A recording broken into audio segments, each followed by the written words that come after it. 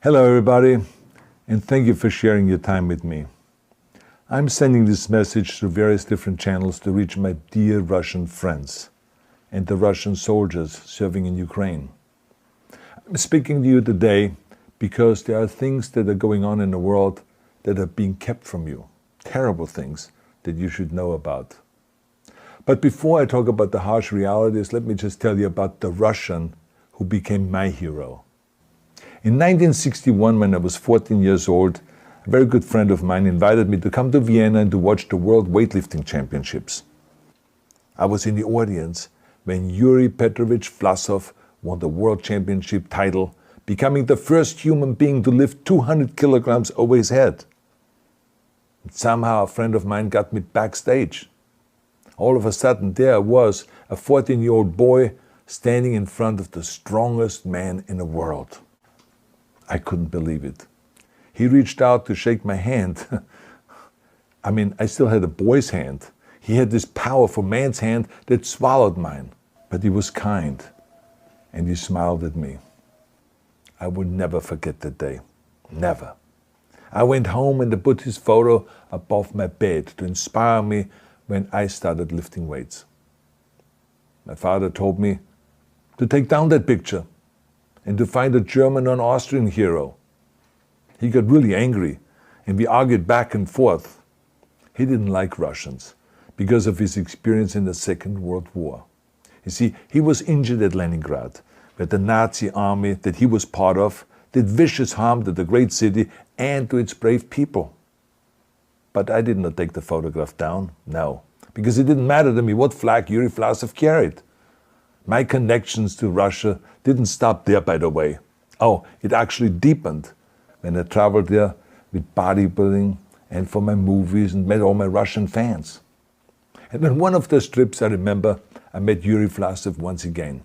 It was in Moscow during the filming of Red Heat, which was the first American movie allowed to film in Red Square. Now, he and I spent the whole day together. He was so thoughtful, so kind, and so smart, and, of course, very giving. He gave me this beautiful blue coffee cup. And ever since then, I've been drinking my coffee out of every morning. Now, the reason why I'm telling you all of those things is that ever since I was 14 years old, I've had nothing but affections and respect for the people of Russia. The strength and the heart of the Russian people have always inspired me. And that is why I hope that you will let me tell you the truth about the war in Ukraine and what is happening there. No one likes to hear something critical of the government, I understand that. But as a longtime friend of the Russian people, I hope that you will hear what I have to say. And may I remind you that I speak with the same heartfelt concern as I spoke to the American people when there was an attempted insurrection on January 6th last year, when a wild crowd was storming the US Capitol, trying to overthrow our government. You see, there are moments like this that are so wrong, and then we have to speak up. And it's exactly the same with your government. I know that your government has told you that this is a war to denazify Ukraine. Denazify Ukraine? This is not true. Ukraine is a country with a Jewish president, I might add, whose father's 3 brothers were all murdered by the Nazis. You see, Ukraine did not start this war. Neither did nationalists or Nazis. Those in power in the Kremlin started this war. This is not the Russian people's war. No. As a matter of fact, let me tell you, what you should know is that 141 nations at the UN voted that Russia was the aggressor and called for it to remove its troops immediately. Only 4 countries in the entire world voted with Russia. That is a fact. See, the world has turned against Russia because of its actions in Ukraine. Whole city blocks have been flattened by Russian artillery and bombs, including a children's hospital and a maternity hospital. 3 million Ukrainian refugees, mainly women, children, and elderly, fled their country, and many more are trying to seek to get out. It is a humanitarian crisis. Because of its brutality, Russia is now isolated from the society of nations. You're also not being told the truth about the consequences of this war on Russia itself. I regret to tell you that thousands of Russian soldiers that have been killed.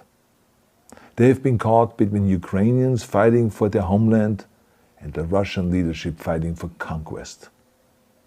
Massive amounts of Russian equipment have been destroyed or abandoned. The destruction that Russian bombs are raining down upon innocent civilians has so outraged the world that the strongest global economic sanctions ever taken have been imposed on your country. Those who don't deserve it on both sides of the war will suffer. The Russian government has lied not only to the citizens, but to its soldiers. Some of the soldiers were told they were going to fight Nazis. Some were told that the Ukrainian people would greet them like heroes, and some were told that they were simply going on exercise. They didn't even know that they were going into war, and some were told that they were there to protect ethnic Russians in Ukraine. None of this is true. The fact is that Russian soldiers have faced fierce resistance from the Ukrainians who want to protect their families and their country. When I see babies being pulled out of ruins, I think that I'm watching a documentary about the horrors of the Second World War, not the news of the day. Now let me tell you, when my father arrived in Leningrad, he was all pumped up on the lies of his government. And when he left Leningrad, he was broken, physically and mentally. He lived the rest of his life in pain. Pain from a broken back, pain from the shrapnel that always reminded him of these terrible years, and pain from the guilt that he felt. To the Russian soldiers listening to this broadcast, you already know much of the truth that I've been speaking. You have seen it with your own eyes. I don't want you to be broken like my father.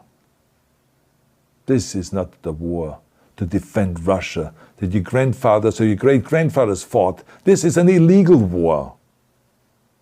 Your lives, your limbs, your futures are being sacrificed for a senseless war condemned by the entire world.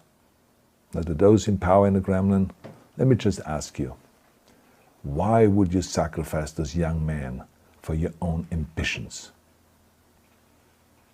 To the soldiers who are listening to this, remember that 11 million Russians have family connections to Ukraine. So every bullet you shoot a brother or a sister. Every bomb or every shell that falls is falling not on an enemy, but on a school, or a hospital, or a home. I know that the Russian people are not aware of such things are happening. So I urge the Russian people and the Russian soldiers in Ukraine to understand the propaganda and the disinformation that you are being told. I ask you to help me spread the truth. Let your fellow Russians know the human catastrophe that is happening in Ukraine.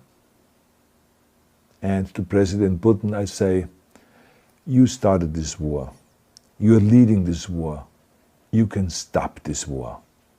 Now, let me close with a message to all of the Russians who have been protesting on the streets against the invasion of Ukraine. The world has seen your bravery. We know that you have suffered the consequences of your courage. You have been arrested, you have been jailed, and you have been beaten.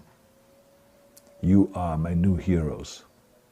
You have the strength of Yuri Petrovich Vlasov. You have the true heart of Russia. My dear Russian friends, may God bless you all.